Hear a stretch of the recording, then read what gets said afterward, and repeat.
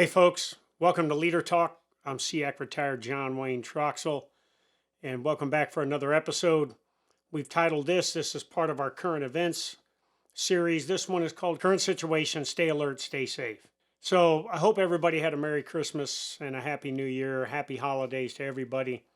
Had a little prolonged break there, but I had an extensive travel schedule and I needed a break, so I took a month off to spend with family and relax.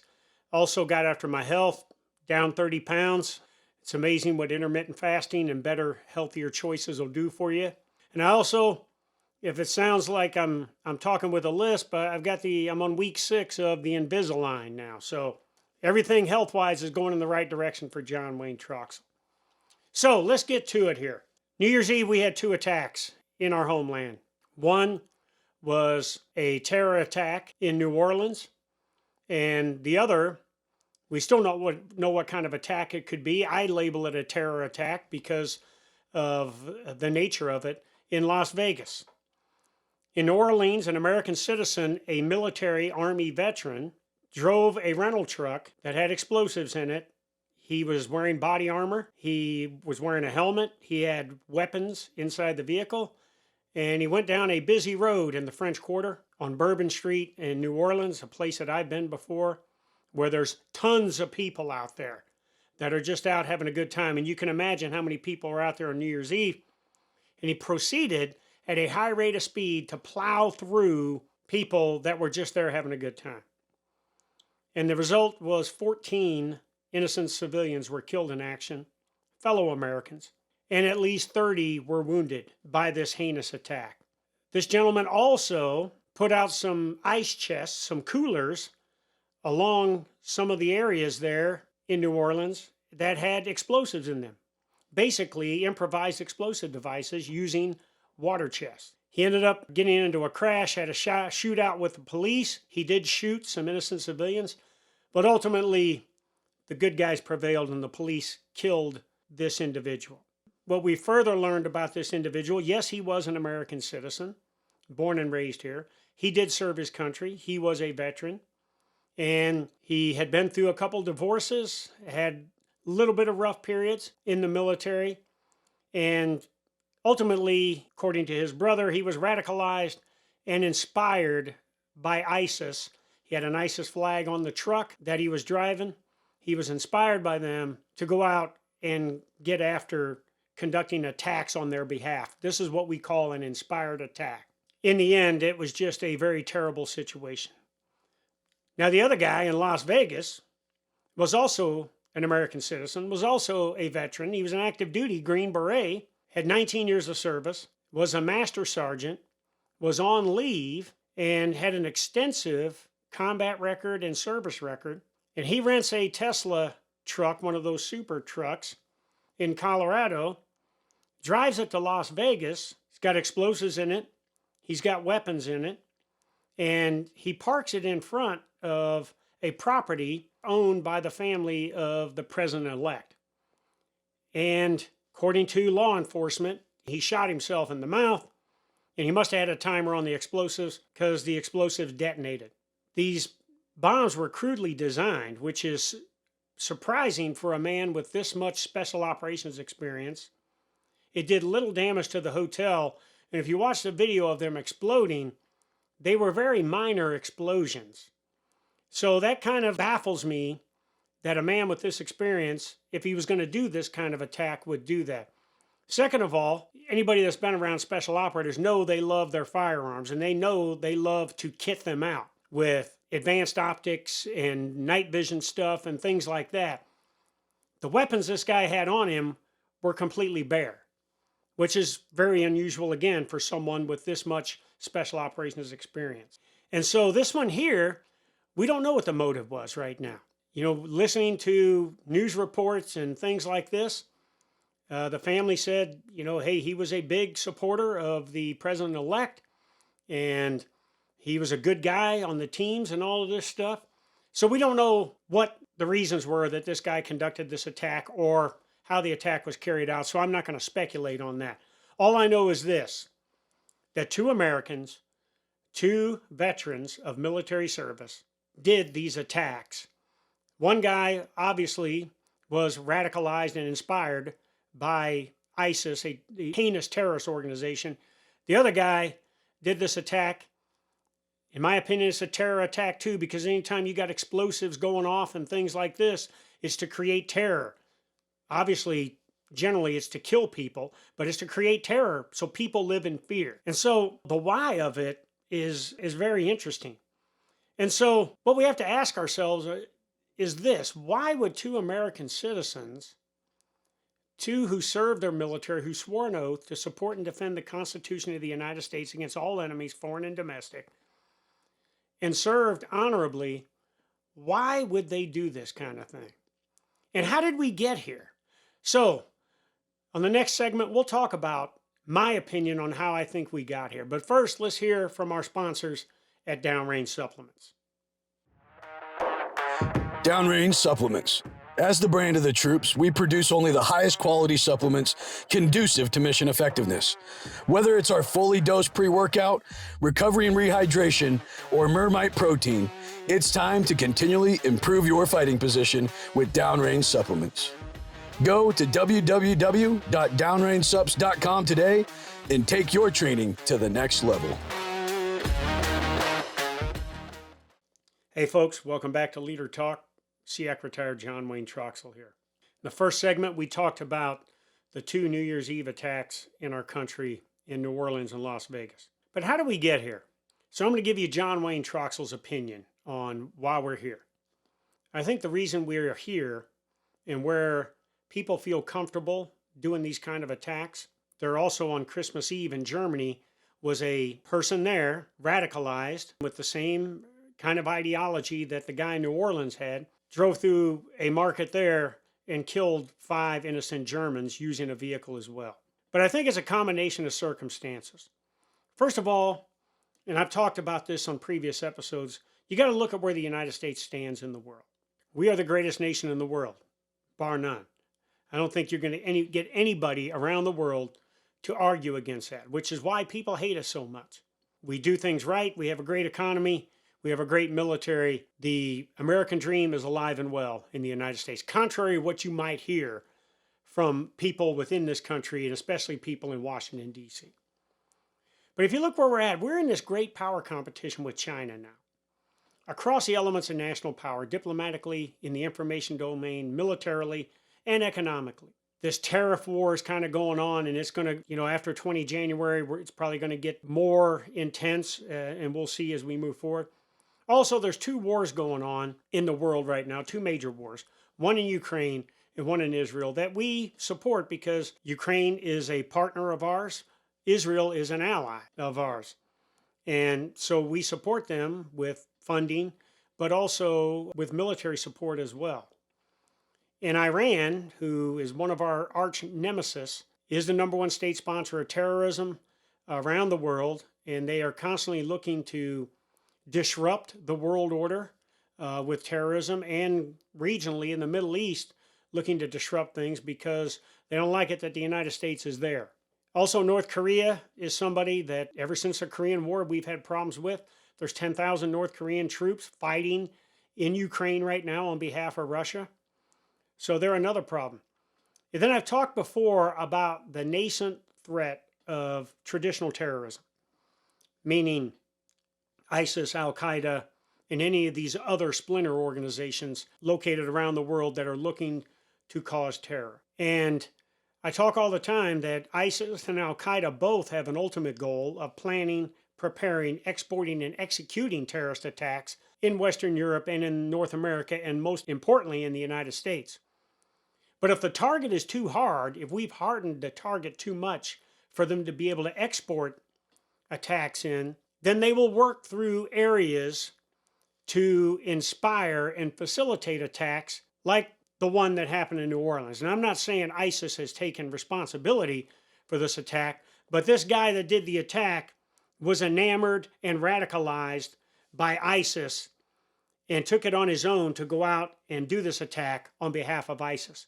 And this isn't the first time this has happened here in the United States. If you remember in Orlando, Florida, several years ago, That guy was inspired by ISIS, and he went in and he ended up killing dozens of people on behalf of ISIS. So the bottom line is, it's a combination of circumstances that lead to this. Unchecked behavior, I call it. Disregard for the rule of law and the love of humanity. First of all, as I mentioned already, there's an intense hatred for the USA around the world because of the way we do business, because we support our partners and allies, because we are an expeditionary military, and because we get after the American dream, that people can live their life freely, they can grow up and they can do whatever they want in terms of employment, they can live a happy life, they can build families and all these other things. But I will tell you, there are circumstances here that really concern me. Now, both of these attacks on New Year's Eve were done by Americans, okay? American citizens. But I will tell you, an open border is one of the challenges we have. When you let millions of illegals in, you start letting in people that are on terror watch lists. And if my numbers from this administration are right, we've got about 400 people that are on a terror watch list that are running around free in the United States of America right now. That's a problem. Now, again, both these guys weren't illegals that came across a border, but that's a symptom. Being soft on crime. When all of a sudden we start having a sliding scale on criminal behavior, and we think it's because we have a rampant bad criminal justice system, that's another factor that goes into this, leading down to this road of unchecked behavior. The sliding scale we keep putting the First Amendment on. The right to free speech and everything that goes along with it is paramount. But when you start, especially on hours after these attacks happen, you have a parade in New York City where people are celebrating Hamas and they're calling for intifada, meaning the slaughter of all Jewish people and the just annihilation of the Israel state. And then you have other people that can all of a sudden annex public property in their own, like the Chop Chaz zone in the unrest of 2020, but also these campus quads where all of these people that are supporting the Palestinian people, but now it's morphed into supporting Hamas, a terrorist organization. That puts the First Amendment on a sliding scale. Hey, the bottom line with John Wayne Troxell, you want to go sleep in a green tent in a quad on a campus and you want to just peacefully protest, knock yourself out. God bless you. But when it starts going down the road of terrorizing innocent Jewish Americans or people who are Jewish or anybody else like faculty and things like that, it becomes a problem. Speaking of faculty, we have universities out there and colleges that are radicalizing kids to think a certain way. Instead of developing them so they can make critical decisions based off their own cognition, they are trying to morph them into a way to either you're a victim and you should be proud of your victimization, or you are the person that is creating the victims or causing people to be victims, so you should be self-loathing and hating yourself. Again, another factor that gets after unchecked behavior. Attacking the Second Amendment. Ladies and gentlemen, this is Troxell's opinion. Guns aren't the problem. It's people that get their hands on guns that are looking to do things in an illegal manner. And I will tell you, the more you see elected officials that are calling for either the abolishment of citizens owning arms or severely restricting it, you're going to have unarmed, lawful, innocent civilians out there that can't protect themselves. Cashless bail, part of this soft on crime. Somebody commits a crime, somebody beats up a police officer, and you let them out of jail on their own recognizance without any cash bail? Come on. We got to do better than that. Political polarization has a lot to do with this. This polarization is the worst I've ever seen it in our nation. We've had 2 attempts on the president-elect's life during this election season. And we have people that are so upset that their candidate that they supported didn't win the election that they have hatred for family and friends. They fractured their families and friends over an election. And when it comes to unchecked behavior, if it's left unchecked, it can become unsafe. People can start doing things that can either hurt themselves or others. And it certainly can become unlawful, and we've seen that. In the unrest of $22.5 billion damage across the United States on infrastructure. And if that unlawful behavior is left unchecked, it becomes dangerous. Or it could be simultaneously dangerous. And ultimately, it could become deadly. And certainly on New Year's Eve, it became deadly. Thank goodness the only one that was killed in the attack in Las Vegas was the guy that did the attack. All right, we're going to take another break. And when we come back, what can you do to protect yourself in these uncertain kind of times? And also, we'll get after our warrior shout out. But let's hear from another sponsor from PME Hard Consulting. Hey folks, thanks for tuning in to another episode of Leader Talk. I want to take a quick moment to talk about leadership. At PME Hard Consulting and Lead, we offer top-tier leadership development and coaching. With over 60 years of combined military and leadership experience to lean on, along with certifications in the Power of Positive Leadership, Power of Positive Teams, and the Energy Bus programs by best-selling author John Gordon, we offer training that will help you cultivate positive, impactful leadership within your organization. To learn more or to schedule your leadership workshop, head to www.pmehard.com and start building a better, more effective leadership team today. Hey folks, welcome back to the final segment of today's episode of Leader Talk. I'm SEAC retired John Wayne Troxell. Today we're talking about current events, the current situation that's going on in our country, and how to stay safe and stay alert. So, what can you do to protect yourself, you and your family? Now, I'm going to give you John Wayne Troxell's advice as an American citizen, not as a guy that served 38 years in the military, okay? And this is not an all-inclusive list. I'm just telling you some of the things that I do to keep me and my family safe. There are some people that think that in order to be safe, you got to go out and build your own compound and have all kinds of stuff set up that will early warning devices and things that all of a sudden you're living in the Alamo. I'm talking reasonable things that you can do to keep yourself safe. First and foremost, when we go out in public, we got to be situationally aware. I would say you have to be suspiciously alert at all times. I see so many people out in public that they are in a public place with a lot of people and their faces are buried in their phones. And just a few days ago in New York City on a subway, a young man came up behind another gentleman who was waiting to get on the subway, and he was right by where he would get into the entrance to the subway. And the gentleman came up behind him and pushed him down in front of the subway into the path of the subway. The guy had his face in his phone at the time. Thank God that that man is going to recover from his injuries and that the perpetrator has been arrested for attempted murder. But the bottom line is, I'm not going to be standing next to a door or next to the edge of a subway with my face buried in my phone, waiting for the subway to show up so I can get on in a hurry. I'm going to stay back where I'm in a safe location. And being suspiciously alert when you go out, whatever you do. I'm a big fitness guy. I love running outdoors. It is something that just gives me a natural high, getting out. And whether it's raining, whether the sun's out or whatever, I love running. But I understand, especially when I'm running out here in my neighborhood, that not a lot of people driving cars are going to be looking out for me. So I've got to be looking out for them. So I do things like run against traffic all the time.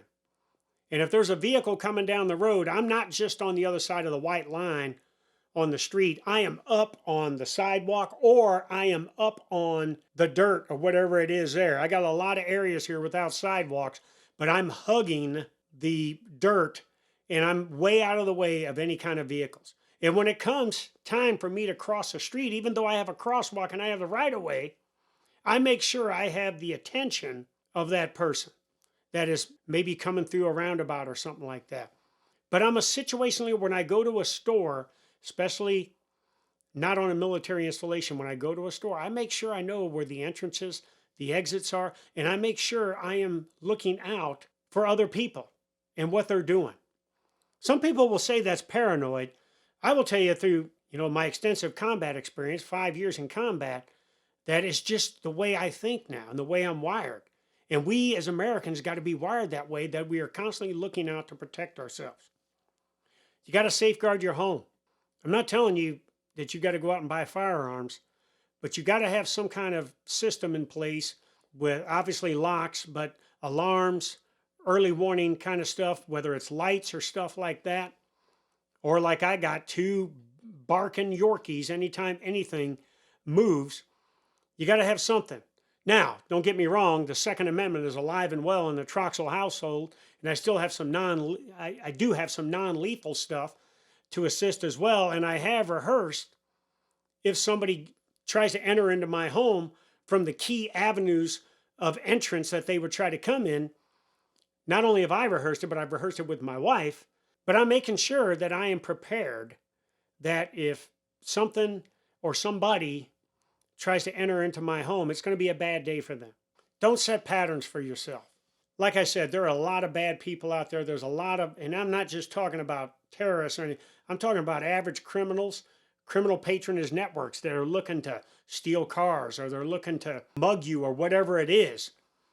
But don't set patterns for yourself where people think that, okay, if this person does this again tomorrow, I know how I can get after them. I can tell you, some people, I'm a runner, and when I go out and run, I never run the same route when I go out to run. I run a different route at all times, and generally not in the same neighborhood that I do it at, because I don't want to set patterns, because criminals are looking for patterns.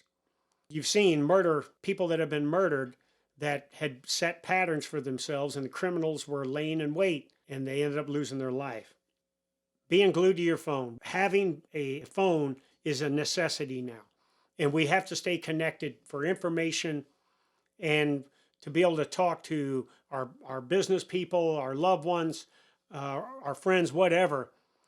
But too many times, people's world is right here looking at their phone when their world needs to be out here and they're alert of everything that's going on around them. And there's security in numbers. If you're going to go out and do things, don't go by yourself. All right. My wife loves to shop, but every time she gets ready to leave, I don't care whether it's my daughter-in-law or my granddaughter, I want her to have somebody with her. Now, I hate shopping, so generally I won't go with her. All right. But I do things to make sure that she's thinking about her safety too. And she does. She thinks just like I do. Maybe that's why we've been married 41 years. And think of this.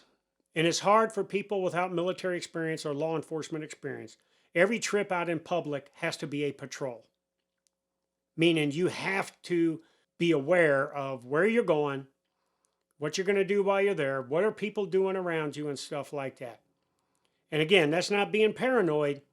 That's just using good prudence in terms of your safety and your security and your alertness. Continue to live your lives. Continue to get out and do what you love to do. Continue to spend time with your friends. Continue to set goals and do whatever you got to do. But make sure you're protecting yourself and your family. All right, we're going to close out this episode with my warrior shout out. Every Christmas, I spent 5 Christmases in combat zones during my life.